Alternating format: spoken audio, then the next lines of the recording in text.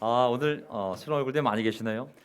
이 옆에 공사 소리 들리죠? 좀 있으면 드라마가 방영이 되는데 MBC에서 MBC 촬영장이 여기입니다. 그래서 이제 언제부터 할지 모르겠는데 매주 촬영을 하고 있거든요. 그래서 오늘 세트장을 만든다고 그래가지고 제가 어쩔 수 없이 또 약간 소문이 나는 것 같습니다. 요즘은 이제 세상에 대해서 교회가 함부로 얘기하면 안 돼요. 왜냐하면 교회가 하도 미운 짓을 많이 해가지고 그냥 웬만하면 네 하고 그냥 우리가 다 이해해 주는 것이 맞는 것 같습니다. 자, 오늘 준비한 설교 좀 먼저 올려보겠습니다. 자,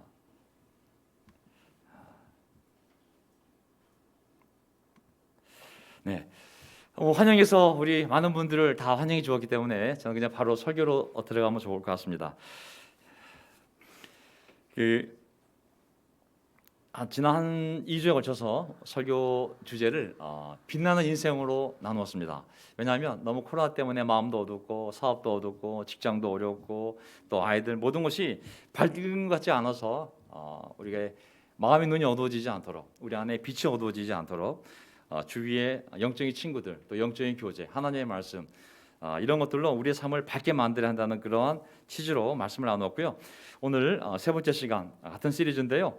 비교할 수 없을 정도로 영원하고 크나큰 영광이라는 제목으로 말씀을 나누겠습니다. 왜냐하면 하나님이 우리의 삶을 이쪽으로 인도하고 있는 거거든요. 성경은 계속 강조하는 것이 뭐냐면 눈에 보이는 것이 다가 아니라고, 네가 겪고 있는 것이 다가 아니고, 네가 알고 있는 것이 다가 아니고, 네가 경험하고 있는 것이 다가 아니라, 나는 놀라운 계획이 있고 너의 인생에 대해서, 너의 교회에 대해서 그것은 비교할 수 없을 정도로 네가 지금 보고 듣고 경험하고 아파하고 상처받고 있는 현실과는 비교할 수 없을 정도로 영원하고 크나큰 영광을 난 준비하고 있다고. 우리는 그 영광을 보면서 나아가는 것이 신앙입니다. 아멘.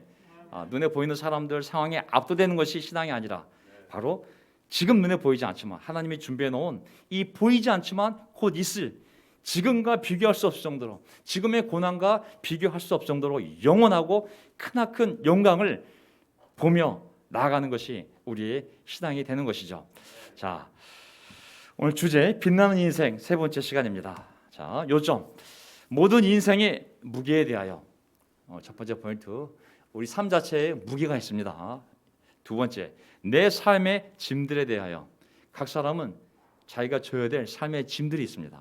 세 번째 오직 예수님을 통해서만 우리가 빛나는 인생으로 넘어갈 수 있습니다. 아멘. 모든 인생의 무게를 떨쳐버리고 내 삶의 짐들을 내려놓고 빛나는 인생으로 나가기 위해서는 반드시 예수님이라는 문을 거쳐야 됩니다. 그리고 예수 안에만 있어야 돼요. 오늘 그 부분에 대해서 말씀으로 나누고자 합니다. 자, 첫 번째 모든 인생의 무게에 대하여 모든 사람의 삶이 절대 가볍지 않습니다.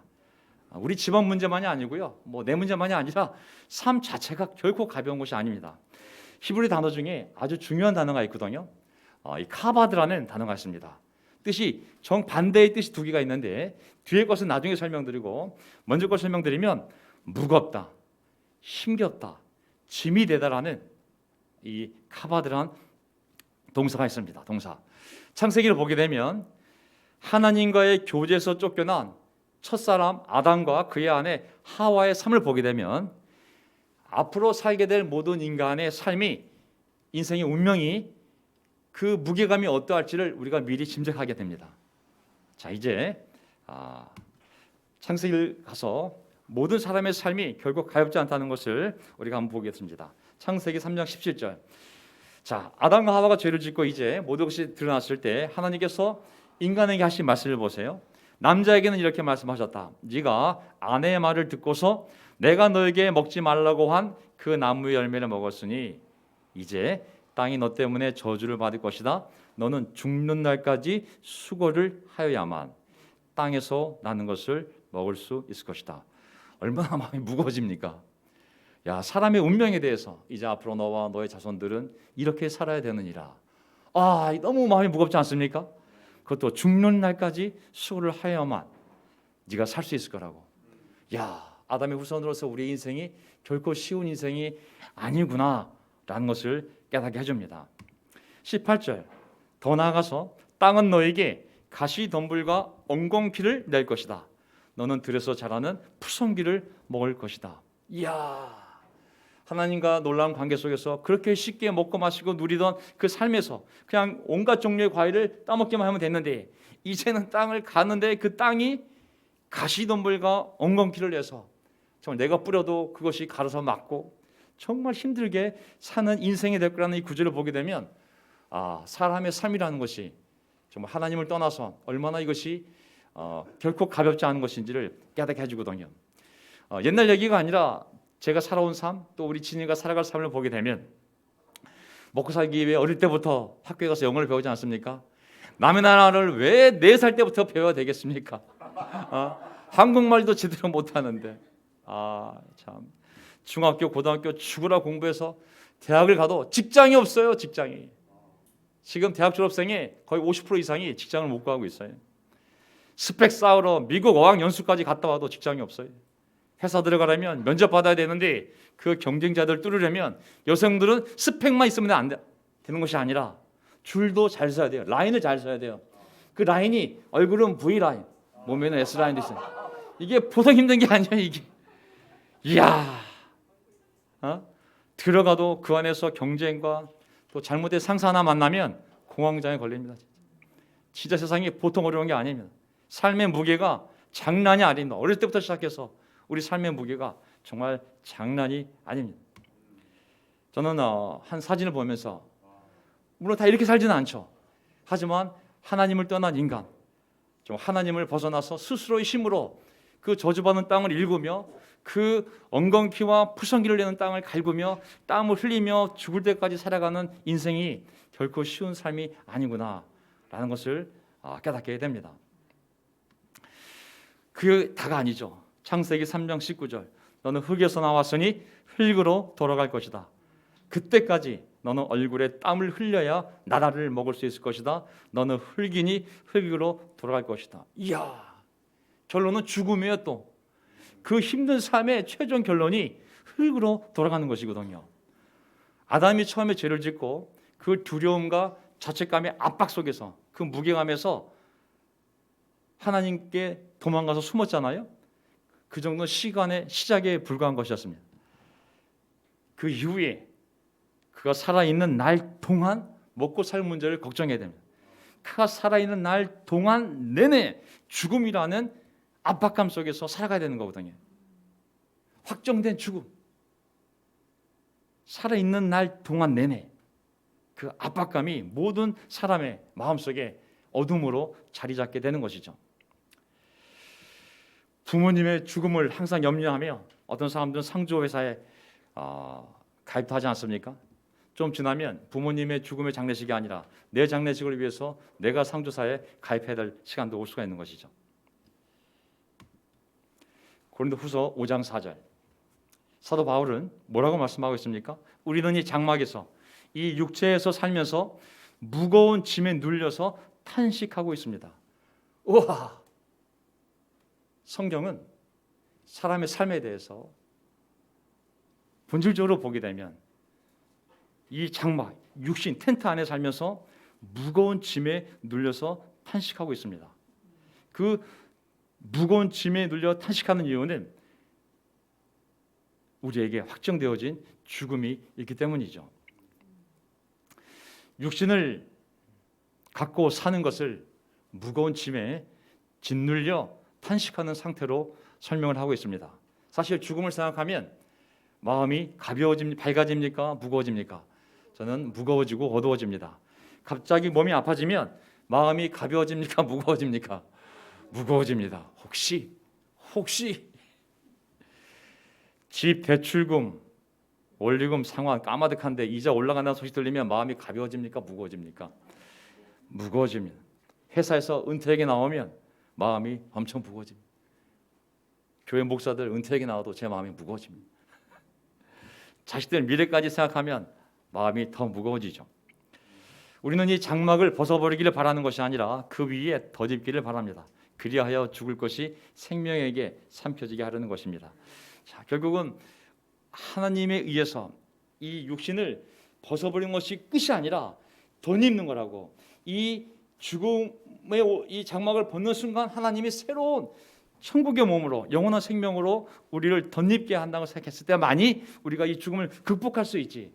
그런 소망이 없다면 우리의 삶은 말 그대로 이 장막에 살면서 무거운 짐에 눌려 탄식하는 것이 모든 사람의 운명인 것이죠. 이것뿐만 아니라 우리 각자의 삶에 또 짐들이 있습니다. 각자의 삶의 짐들에 대하여. 자, 시편 38편 4절. 내 죄의 벌이 나를 짓누르니 이 무거운 짐을 내가 더는 견딜 수 없습니다. 야, 인생도 이렇게 힘든데, 아니 이렇게 인생이 힘든데 거기다가 내 죄까지, 내 죄의 벌이 나를 짓누르니 이 무거운 짐을 더는 견딜 수 없습니다. 야, 무거운 삶의 무게 플러스 이제 내 삶의 짐까지 나를 누른다면 얼마나 힘든 삶이 되겠습니까? 거기다가 우리의 약함과 부족함, 또 우리 실수, 또 세상의 이 악한 사람들과 악한 영들까지 같이 맞물리게 되면 원튼 원하지 않든 우리가 믿음이 무너졌을 때 또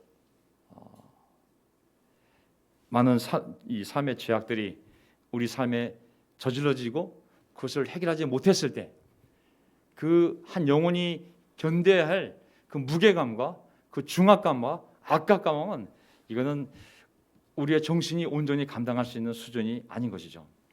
요한복음 8장 3, 4절을 보게 되면 예수님께서 그들에게 대답하셨다. 내가 진실로 진실로 너에게 말한다. 죄를 짓는 자는 누구나 죄의 종이다.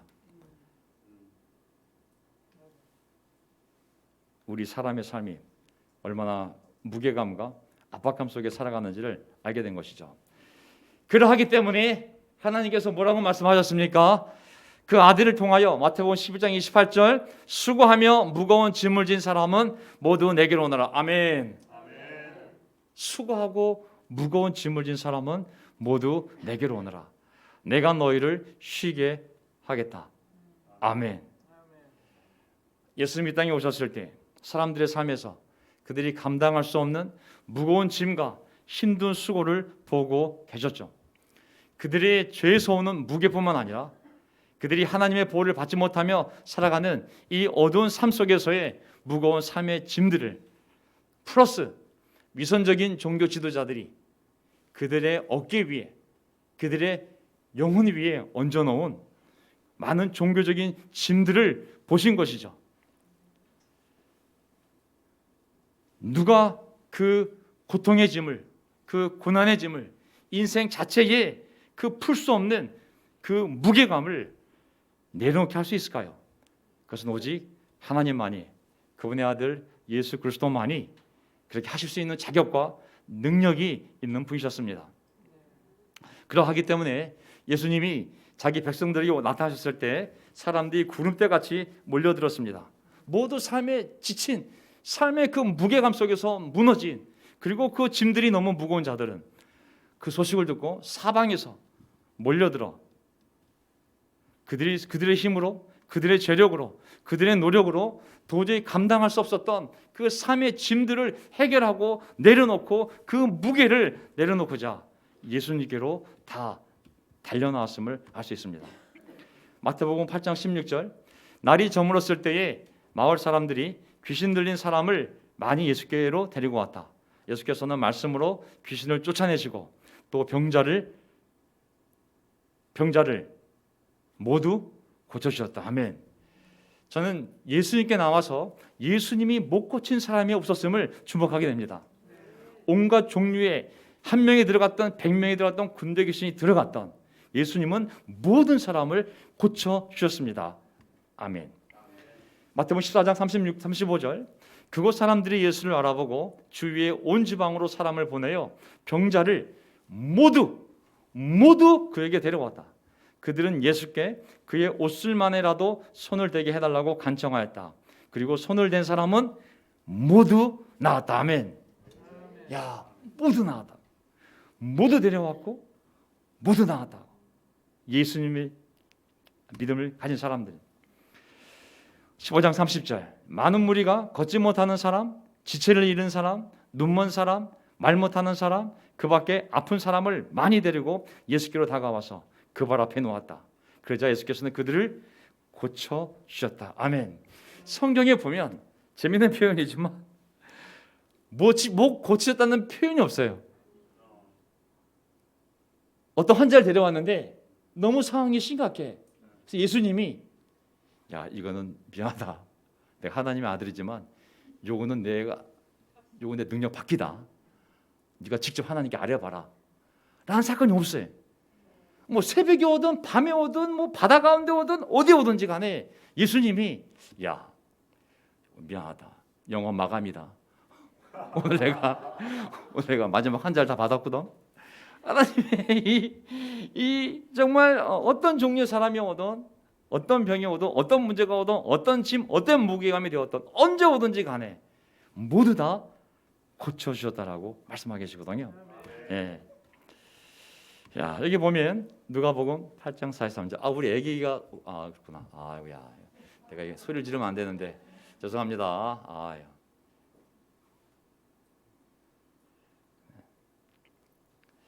조용히 설교했어야 되는데 제가 애기 딴 소리 깜빡 잊었네요.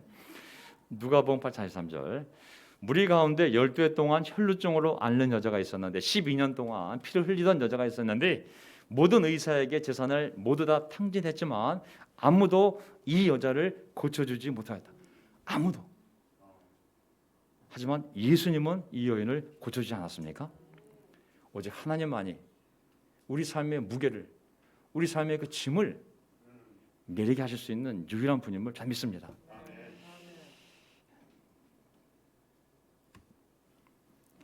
또한 저는 우리 삶에 얹어진 잘못되어진 교리와 잘못되어진 종교단체, 잘못되어진 어떤 교회에 의해서 주어진 짐을 내려놓게 하시는 분도 바로 예수님인 줄 믿습니다. 누가복음 11장 46절 예수께서 말씀하셨다. 그렇다. 너희 유대교 율법 교사들에게도 화가 있다. 너희는 지기 어려운 짐을 사람들에게 지우면서 너희 자신은 손가락 하나도 그 짐에 대려고 하지 않는다.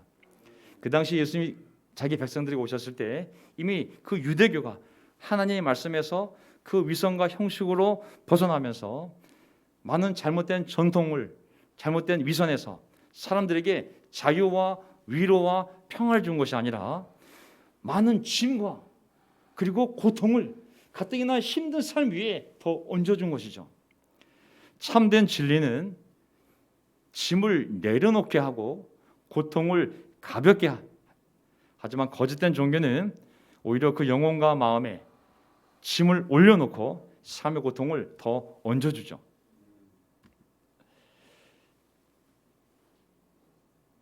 아름다운 사진으로 보이십니까? 예. 한 남자 사진 있고 옆에 그 많은 여자들이 있잖아요. 어저께 텔레비를 봤는데 이제 그 차트를 달리는 남자 거기에 세계에서 악명 높은 교주 12명이 나오더라고요. 설교가 다 끝나고 어저께 밤 10시인가 이러면서 나온 한 사람 중에 하나인데 일전에 제가 설교한 적이 있었습니다. 몰몬교회 한 극단주의 종파가 있었는데 그 교주가 아내가 최소한 3명 이상 있어야 천국에 간다고 가르쳤어요. 그리고 하지만 교주는 무제한이다. 그래가지고 80명의 아내를 두었고 그리고 250명의 자식을 낳았어요. 그리고 그 공동체가 완전히 이중 벽을 쌓아가지고 나올 수가 없는 완전히 밀폐된 왕국을 만든 거예요. 당연히 온리처치죠. 온리처치. 대부분 이단들은 다 온리처치입니다. 그래서 이 안에서 사람들이 들어갈 수도 없고 이 안에 있는 사람들은 밖에 있는 얘기를 들을 수도 없고 했기 때문에 이렇게 가르쳐도 사람들이 완전히 세뇌가 되어서 경찰이 거기 침입해가지고 강제로 부시고 들어가서 구출해 내야지만 됐다고 그랬거든요. 세상에 악한 종교 지도자들이 많습니다. 마태복음 23장 4절 그들은 지기 힘든 무거운 짐을 묶어서 남의 어깨에 지우지만 자기들은 그 짐을 나르는 데에 손가락 하나도 까딱하려고 하지 않는다.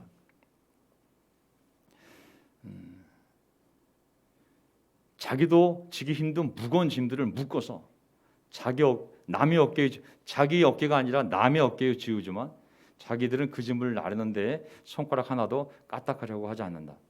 그 당시 유대교 종교 지도자들이 많은 인간적인 전통을 만들고 하나님의 율법의 정신인 자비와 정의가 아니라 그런 쓸데없는 수많은 전통을 만들고 자신들은 그 하이라키의 최정점에 올라가게 만들고 사람들은 다 바닥에 집어넣고 그들 어깨 위에 힘든 무거운 짐을 묶어서 사람들의 삶을 고통스럽게 했을 때 바로 예수님께서 나타나셔서 그 짐을 내려놓게 하신 분이 바로 하나님의 아들 예수님이신 것이죠. 저는 우리가 앞으로 또 교회를 옮길지 안 옮길지는 뭐 하나님만이 아시겠지만은 어떤 종교 지도자도 저를 포함해서 조심해야 될 게 뭐냐면 분노하는 종교 지도자를 조심해야 됩니다. 분노하는 목사가 되었던 누가 되었던 분노는 하나님의 의를 이루는 방법이 아닌데 이 분노하는 목사들은 사람들을 가스라이팅하죠. 가스라이팅. 사람들이 분노하면 위축이 되거든요. 위축이 되면 겁을 먹고 그리고 그 공포감을 사용해서 사람을 가두리 양식 가둘 수가 있습니다. 육체적으로도 가두고 물리적으로도 가두고 정신적으로도 가두고 영적으로도 가둬서 분명히 아닌 줄 알면서도 나가지 못하는 그러한 무서운 세뇌된 집단을 만들 수 있거든요. 뒤돌아보면 분노하는 인도자들은 하나님이 다 내려가게 만들었습니다. 분노는 하나님이 사용하는 방법이 아니거든요. 어느 교회 가든지 간에 여기서도 마찬가지입니다. 어떤 복음을 강력하게 선포하기 위해서 복음을 높인다고 소리치면 모르겠지만 사람에게 대하여 분노하는 사람이 있다면 거기를 나가셔야 됩니다. 절대 있으면 안 됩니다. 사도행전 15장 10절. 그런데 지금 여러분은 왜 우리 조상들이나 우리가 다 감당할 수 없던 멍에를 제자들의 목에 메어서 하나님을 시험하는 것입니까? 예루살렘 교회에서 이방인들 가운데 교회가 세워졌을 때 그 교회에 대해서 어떤 충고를 주려고 했을 때 교리적인 중요한 부분에 대해서 뭐라고 그랬냐면 자 절대 우리가 다른 교회에서 도와줄 때 우리가 감당할 수 없던 멍에를 그 사람들의 목에 메우면 안 된다고. 그것은 하나님을 시험하는 거라고. 우리 그리스도인들이 묶여야 될 게 두 가지가 있어요. 우리 그리스도인들이 묶여야 될 것. 어디에 묶여야 되냐면 하나님의 사랑에 묶여야 됩니다. 아멘. 그리고 하나님의 말씀에 묶여야 됩니다. 아멘. 여기 묶여야 돼. 여기 묶이지 않으면 사람이 자 지구에 이렇게 서 있잖아요. 제가 서 있는 게 제 힘으로 서 있는 거예요? 아니면 하나님이 이 지구의 중력이 당겨서 서 있는 거예요? 잘 보세요. 지구가 막 뺑뺑 돌잖아요. 뒤집어지기도 하고 아파지기도 하고. 근데 사람이 서 있는 거는 내가 서 있으려고 서 있는 것이 아니라 지구 중심에서 나를 잡아당기기 때문에 그 잡아당기는 힘으로 제가 서 있는 거잖아요. 지구가 돌아서 내가 뒤집어 있어도 지구 중심을 향하여 서 있잖아요. 하나님의 사랑과 하나님의 말씀이 우리를 잡지 않으면 영적으로 서 있을 수가 없어요. 율법적으로 서 있을 수 있죠. 너 매주 교회 나와야 돼. 너 이거 해야 돼. 저거 해야 돼. 하지만 그런 것은 우리를 영속시킬 수 있는 힘이 없어요. 그렇게 하면 할수록 우리 삶에 힘이 빠져나갈 거예요. 우리는 하나님의 사랑에 의해서 하나님의 말씀에 있어서 그 힘으로 서 있고 그 힘으로 선을 행하고 그 힘으로 우리가 세상을 싸워나갈 수 있는 힘이 있는 거거든요. 예. 근데 유대교 종교 지도자들은 사람들을 자기 종교에 묶고 그리고 자기 위선적인 전통에 묶고 그들의 가르침에 묶어버린 것이죠. 그들의 삶엔 기쁨이 없었습니다. 자, 우리가 하나님의 사랑과 하나님의 말씀에 묶여서 나오는 헌신과 수고는 우리 자신에게도 기쁨이 되고 영광이 됩니다. 아멘. 뒤를 돌아봤을 때 내가 이용당했어, 내가 상처받았어, 절대 그런 생각 들지 않습니다. 하나님 위해서 했던 내 모든 수고가 너무 자랑스럽고 너무 기쁘고 너무 그립고 내 스스로가 하나님께 기쁨을 이뤘다는 그러한 마음이 항상 남아있죠.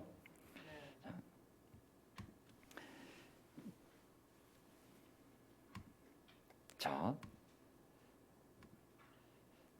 15장 28절 예루살렘 교회가 나중에 다 모여서 이방 교회를 도와줄 때 어떤 결론을 내렸냐면 성령과 우리는 꼭 필요한 다음 몇 가지 밖에는 더 이상 아무 무거운 짐도 여러분에게 지우지 않기로 하였습니다. 아멘. 정말 성령과 우리는 꼭 필요한 몇 가지 밖에는 더 이상 아무 무거운 짐도 여러분에게 지우지 않기로 하였습니다.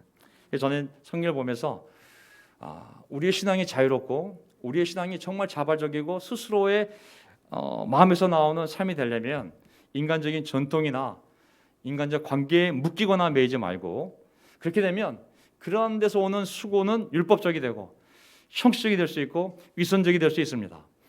하면 할수록 기쁨도 없고 무거운 짐이 되고 뒤돌아보면 상처와 후회가 될 수 있거든요.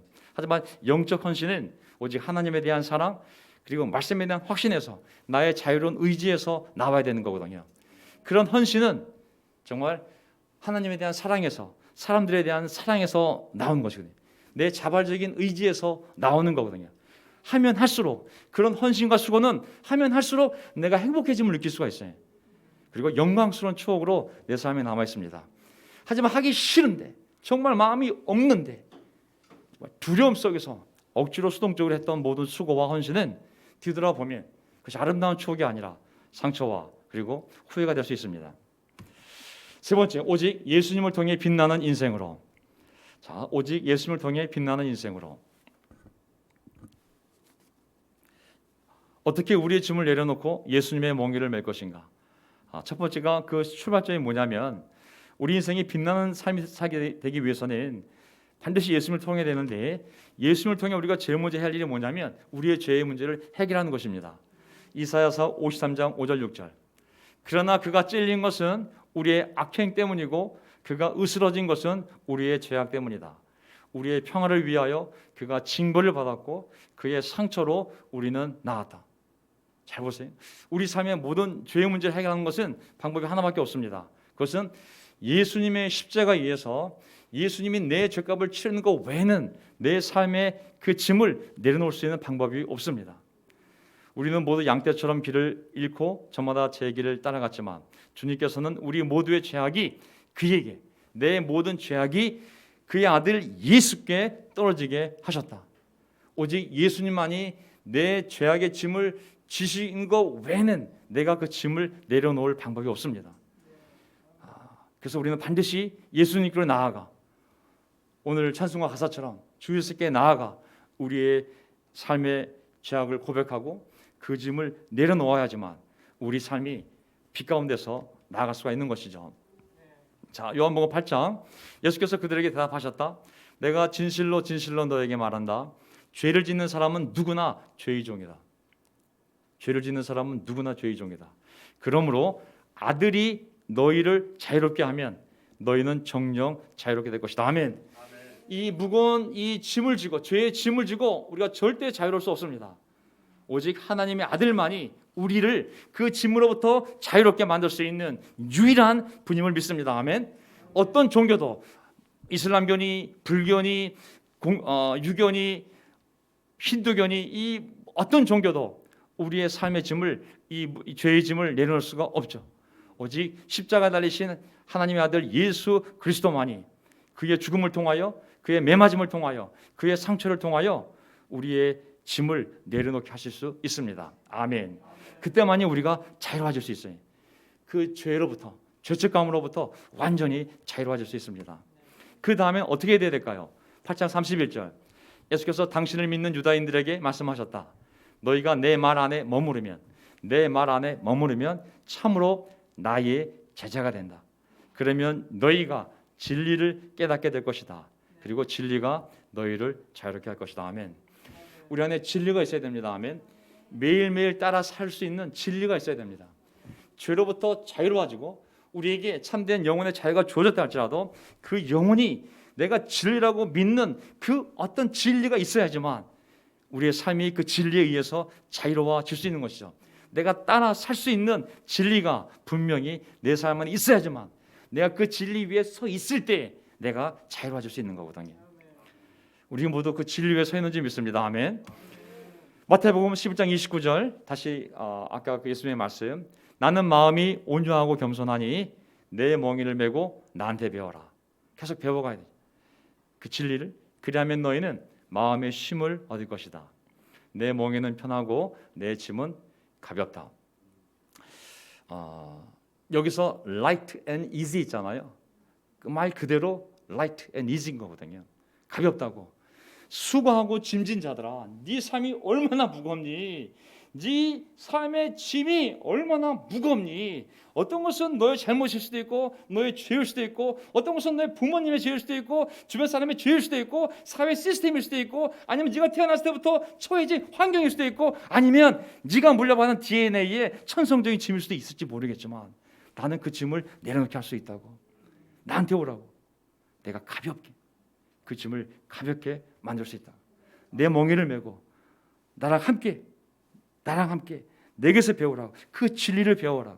그 진리가 너를 가볍게 자유롭게 만들 수 있다고. 요한일서 5장 3절, 하나님을 사랑하는 것은 그 계명을 지키는 것입니다. 하나님의 계명은 무거운 짐이 아닙니다. 아멘. 예수님을 따르는 삶이 결코 무거운 짐이 아니라고 성경은 말하고 있거든요. 혹시 우리가 교회 경험 속에서, 예수님과의 경험이 아니라 교회 경험 속에서 교회 삶이 무거운 짐으로 느껴졌다면, 저는 다시 하나님의 말씀을 보고 하나님의 말씀에 초점을 맞추고 예수님의 초점을 맞추면서 결국 그것이 무거운 짐이 아님을 다시 확신을 가져야 됩니다. 예수님은 분명히 나랑 멍에를 메야 되는데, 난 너랑 함께 걸 건데 내 멍에는 편하다고, 내 짐은 가볍다고, 절대 무겁지 않다고. 그래서 우리가 이 말씀을 잘 보고 우리 마음속에 있는 두려움을 제거해야 됩니다. 교회는 완전한 교회가 있을 수가 없습니다. 어떤 교회가 너무 확신에 차서 우리만이 유일하게 하나님의 말씀을 100% 실현한 교회라고 믿는 순간 이미 그 교회는 교만으로 빠진 교회인 거거든요. 바리새파 사람들이 하나님 앞에 스스로 의롭다고 그러고 남을 멸시하는 사람을 바로 바리새파라 불렀거든요. 어느 누구도 하나님 앞에 나와서 가슴을 치며 하늘을 바라보지도 못하고 멀리 떨어져서 내줘요 내줘요 하는 사람, 그 사람이 하나님 앞에 용서를 받지 않았겠냐고. 만약에 교회 가운데 속에서 잘못된 경험으로 내 신앙이 위축되어 있다면 다시 하나님의 말씀을 보고 오직 예수님만을 바라보고, 그리고 그 멍에를 다시 매일 준비를 해야 됩니다. 아멘. 절대 무거운 짐이 아니라고. 하지만 너희들이 반드시 내 멍에를 메어야 된다고. 베드로전서 5장 7절, 여러분의 걱정을 모두 하나님께 맡기십시오. 하나님께서는 여러분을 돌보고 계십니다. 또 하나는 우리 삶에 많은 짐들이 있습니다. 어떤 짐은 저도 짐으로 느껴지는 부분이 있습니다.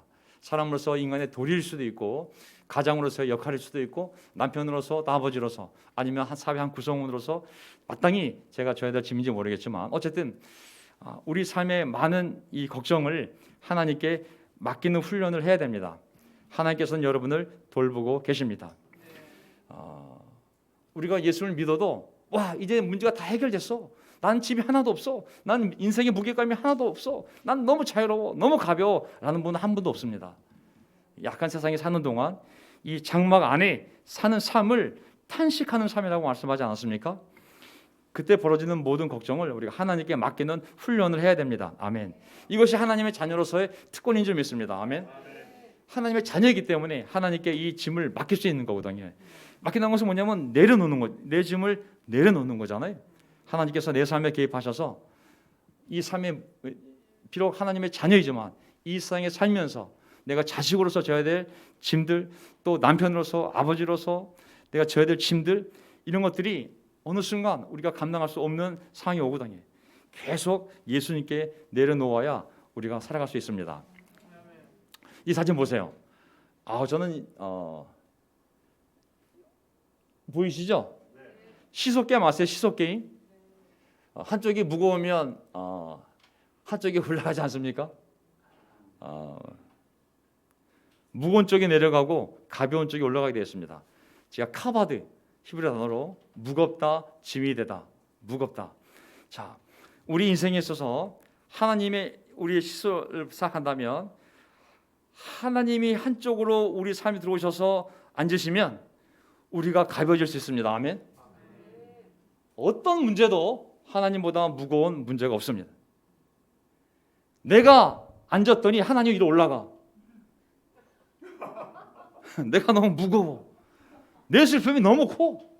하나님 위로 아무 소용 없어. 내가 앉아버리는 순간 하나님이 올라와 버려. 그런 슬픔은 존재하지 않습니다. 내가 그분이 감당하기 어려운 짐이 이 세상에 없는 줄 믿습니다. 아멘. 그분이 무거워. 하나님께서 야, 이건 너무 무거워서 내가 이 짐을 들 수가 없으니 네가 줘 라 할 문제가 없는 줄 믿습니다. 야, 이 문제는 네 문제고 너무 복잡해. 이건 내가 개입해도 풀 수가 없어. 이거는 내가 풀 수 없는 문제야. 하나님 앞에 그런 어려운 문제가 없는 줄 믿습니다. 하나님 우리 삶에 들어오시면 우리의 삶이 가벼워지게 돼 있어요.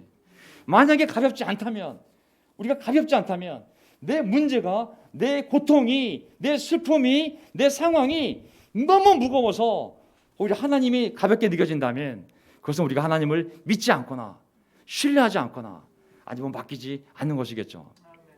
어떤 고통도, 어떤 슬픔도, 어떤 어려움도 하나님보다 더 카바드 무겁지 않습니다. 아멘. 어떤 것도 예수님의 십자가보다 더 무겁지 않습니다. 항상 기뻐하십시오. 어떻게 할 수 있겠습니까? 그것은 하나님을 신뢰하고 하나님께 맡기고 하나님 내 삶에 들어오셨을 때 그때 우리가 항상 기뻐할 수 있겠죠. 절대 목사도 장로도 어떤 상담자도 우리를 이렇게 만들 수 없습니다. 오직 예수님만이 이렇게 우리를 가볍게 만들어 주실 수 있습니다. 아멘. 어떤 목사도 어떤 장로도 어떤 상담자도 이렇게 만들어 줄 수 없습니다. 오직 예수님만이, 오직 하나님 아버지만이 우리 삶에 들어오셔서 짐을 내려놓으라. 네 삶을 피우라. 내게 짐을 내려놓으라. 얼굴을 피고 마음을 피고 네 인생을 피우라. 네 삶 안에 많은 어려움이 있지, 짐들이 있지. 네가 돌봐야 할 사람, 네가 책임져야 될 사람. 하지만 그 사람조차도 내가 창조한 사람이고 내가 구원할 사람이라. 나에게 내려놓으라.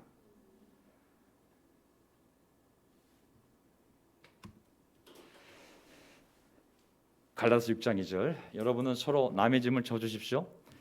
6장 5절, 사람은 각각 자기 몫의 짐을 져야 합니다. 자, 제가 어떻게 우리 삶이 빛날 수 있는지, 가벼워질 수 있는지 방법을 얘기하고 있습니다. 예수님을 통해서 우리 죄의 짐을 내려놓아야 됩니다. 아멘. 그리고 예수님이 내 삶에 들어오셔서 내 중심이 되었을 때, 그리고 그분에게 내 짐을 내려놓을 때 우리가 가벼워지고 밝아질 수 있습니다. 하지만 또 성경은 그 무거운 짐에 대해서 서로 짐을 져주라고 이야기하고 있습니다. 아멘. 여러분 서로 남의 짐을 져주십시오. 어떤 한 사람이 예수님 안에 살아가면서 정말 죄랑 싸우고 가난과 싸우고 걱정과 싸우고 가족들의 문제로 싸우고 그럴 때 어떤 짐은 서로 져줘야 된다고. 근본적으로 하나님이 모든 짐을 가져가지만 하나님은 너희들 사용해서도 그 짐을 덜게 하신다고. 서로 남의 짐을 져주라고. 혼자 질 수 없는 짐이 반드시 있습니다. 아멘. 저도 집안에 이제 어려운 문제가 생길 때 정말 어렵거든요. 야, 내가 들어봐도 어려워요. 그때는 제가 뭐라고 얘기하냐면, 봐봐, 이 문제에 대해서, 이 가족의 문제에 대해서 너 혼자 다칠 수가 없다고. 어떤 것은 국가가 책임을 져야 되고, 어떤 것은 너와 너의 동기들이 책임을 져야 되고, 어떤 것은 교회가 책임을 져야 되고, 어떤 것은 그 짐을 목사가 나눠야 된다고. 우리가 나누면 함께 들 수 있지만 모든 짐을 나 혼자 다 지고 가면 절대로 그 짐을 질 수가 없다고. 함께 나눠야 된다고. 아멘. 우리가 이 사랑하는 관계를 통해서 서로의 짐을 나눠줘야 됩니다. 물론 그렇다고 해서 내 짐이 전혀 없는 것은 아닙니다. 그럼에도 불구하고 6장 5절, 사람은 각각 자기 몫의 짐을 져야 한다 그랬거든요. 하나님이 짐을 다 줘도, 형제매들이 내 짐을 져줘도 어떤 부분은 내 책임하에 내가 가지고 와야 될 짐의 부분이 있거든요. 분명히 성경은 이 부분을 너의 책임하에 네가 갖춰야 될 작은 짐이지만 너 몫에 짐이 있다고. 우리가 이 책임감을 갖고 또 살아가는 성숙한 자세가 필요합니다. 아멘. 전 나이가 들수록 육신이 약해져 갈수록 더 삶의 무게감을 느끼게 됩니다. 정말 가만히 있어도 이제 아픈 데가 생기지 않겠습니까? 점점 삶이 나이가 들어간다는 것이 가벼워지는 것이 아니라 점점 무거워질 수 있거든요. 우리가 이 무거운 무게감을 하나님 안에서 자꾸 넘기고 사랑하는 사람들과 함께 서로 나누면서 가벼워지지 않으면 우리 삶이 점점 어두워질 것입니다. 아멘. 우리가 하나님 안에서 우리가 나이가 들어갈수록 생기는 이 모든 무게감과 짐들을 근본적으로 해결하고, 그리고 서로 내 주위에 있는 이 영적인 사람들과 함께 또 섬의 짐을 나누고, 그리고 내가 또 결정해야 될 부분이 있거든요. 그런 부분을 져 나간다면 점점 하나님 아래에서 우리의 무게가 가벼워질 줄 믿습니다. 아멘. 십자가 그늘 아래에서 나 쉬기 원하네. 십자가 그늘 아래에서. 자, 마지막 결론입니다. 고린도후서 4장 17절. 지금 우리가 겪는 일시적인 가벼운 고난은 비교할 수 없을 정도로 영원하고 크나큰 영광을 우리에게 이루어 줍니다. 우리는 보이는 것을 바라보는 것이 아니라 보이지 않는 것을 바라봅니다. 보이는 것은 잠깐이지만 보이지 않는 것은 영원하기 때문입니다. 아멘. 아무리 믿음이 좋아도 우리는 고통 아래 살고 있습니다. 이 세상이 고통 가운데 있기 때문에 우리가 이 고통을 떠날 수가 없습니다. 이 세상 고통이라는 이 짐 아래에 살고 있지만 이 짐은, 이 고통은 우리가 하나님 안에서 좀 있으면 누리게 돼. 그 미래를 생각해 보면 잽이 안 된다고, 상대가 안 된다고. 그 고난의 길이도 마찬가지. 고난의 길이도 상대가 안 되고 그 영광, 내가 당하고 있는 고난과 앞으로 내가 경험하게 될 그 미래의 영광을 생각하면 비교할 수가 없다고. 눈에 보이는 것에 의해서 살지 말고 앞으로 하나님이 네 삶을 변화시킬 그 놀라운 영광스럽고 빛나는 인생을 생각하며 앞으로 나아가라고. 그것이 성경이 우리에게 주는 강력한 위로의 메시지인 것이죠. 아멘. 지금 우리가 겪는 일시적인 가벼운 고난은 비교할 수 없을 정도로 영원하고 크나큰 영광을 우리에게 이루어줍니다. 이 고난이 있기 때문에 그 영광이 있는 줄 믿습니다. 아멘. 그 고난이 그 영광을 가져다 준다는 거잖아요. 저는 한 슬라이드가 빠졌는데 아까 얘기했던 카바드라는 그 히브리 단어 있죠? 무겁다, 짐이 되다, 힘겹다. 근데 두 번째 뜻이 뭐냐면 존귀하다, 영광스럽다는 뜻이 있습니다. 우리 카바드라는 단어는 영광스럽게 하다, 존귀하게 하다라는 중요한 히브리 단어거든요. 근데 그 앞에 이런 무겁다라는 뜻이 먼저 있어요. 물리적으로 무거운 걸 얘기하는 거거든요. 하지만 우리가 그 어려운 시간들을, 삶의 무게감과 짐들을 하나님 안에서 해결하고 서로 나누고 내가 책임을 지고 내 몫을 해나간다면 언젠가 우리 삶이 이렇게 영광스러운 삶으로, 정말 존귀하고 빛나는 삶으로 바뀌어 있는 것을 보게 될 것입니다. 아멘. 오히려 내가 겪고 있는 이 고통들, 고난들, 왜 나에게 이런 어려운 인생이 허락된 것이지? 왜 내가 무슨 죄를 졌다고 왜 나에게 이런 문제들이 나에게 주어진 것이지? 생각하는 그 문제들이 주님 안에서 영광스러운 미래로 바뀌는 것입니다. 아멘. 오히려 그런 고난이 있기 때문에 더 큰 영광을 불러일으킨다 그랬거든요. 그 슬픈 시간들이, 내게 짐 같은 그런 시간들이, 내가 감당할 수 없는 그런 무게 같은 것들이 시간이 지나면 그리스도 안에서 빛나는 보석으로 바뀌어 있을 줄 믿습니다. 아멘. 누가 사람들을 돕고 사랑하고 이해할 수 있을까요? 그 인생의 무게감을 아는 사람들, 그 삶의 짐을 지고 그리스도 안에서 극복해낸 사람들이 이 세상에서 짐지고 무거워하는 사람들을 이해하고 포용하고 도울 수 있는 그러한 사람들이 되지 않을까요? 저는 믿습니다. 지금의 우리가 이해할 수 없는 이 고통들이 반드시 주님 안에서 비교할 수 없을 정도로 크고 영원한 영광으로 우리 삶에 변화될 줄 믿습니다. 아멘. 오늘 제목 비교할 수 없을 정도로 영원하고 크나큰 영광. 오늘 주제 빛나는 인생이었습니다. 요점은 우리 인간 자체의 삶이 결코 가볍지 않다는 것을 우리 모두 이해합시다. 두 번째, 그것뿐만 아니라 각자도 다 우리가 모르지만 인생의 짐을 다 안고 있습니다. 무엇이 되었든 오직 예수님을 통해서만 그 무게감을 내려놓고 그 압박감을 벗어버리고 삶의 짐들을 내려놓을 수 있는 힘이, 근거가 생깁니다. 그리고 예수님은 우리의 삶을 지금의 눈물과 고통과 세상 기준으로 봤을 때 보이고 싶지 않은 삶일지 모르겠지만 하나님은 오히려 그것을 드러내서 더 영광스럽게 사용하시고 우리의 삶을 더 영광스럽게 만들어가시길 믿으시기 바랍니다. 아멘. 자, 함께 기도드리겠습니다. 하나님 아버지 감사합니다. 오늘 이 말씀처럼 제 삶을 뒤돌아봤을 때 얼마나 부끄러운 인생이었고 고통스러운 삶이었습니까? 기억하기도 싫고 돌아가기도 싫고 정말 어린 시절에 초등학교를 6번이나 전학을 가고 초등학교 때 1년 휴학을 하고 신문 보급소에서 신문을 돌리며 중학교를 다니고 상고에 가서 인문계를 공부하다가 교실에서 쫓겨나기도 하고 참 배고프고 춥고 힘든 시간이었습니다. 좀 하나님께서 내가 무슨 죄를 졌다고 이렇게 어린 나이부터 고생을 시키는지 제가 이해할 수 없는 삶이었지만 또 대학을 들어가서는 데모를 하느라고 하나님 항상 쫓기며 어려운 학창 시절을 보냈지만 이 모든 것이 협력하여 저로 하여금 하나님을 찾게 만들고 하나님을 믿게 만들고 그리고 하나님을 전하게 만든 것인 줄 믿습니다. 아버지 하나님, 어렸을 때부터 지었던 그 부정적인 생각과 또 어려운 환경 속에서 가졌던 실망감과 부정적인 생각과 또 그 가운데서 지었던 수많은 죄악들, 그 무게감과 그 짐들은 제가 하나님 안에서 해결하지 않았다면 제가 얼마나 많은 정신적인 고통과 귀신의 시달림과 그리고 얼마나 고통스러운 인생을 저뿐만 아니라 또 제 주변에 있는 사람들에게, 제 부모에게, 또 정말 주변 사람들에게 그것을 주었겠습니까?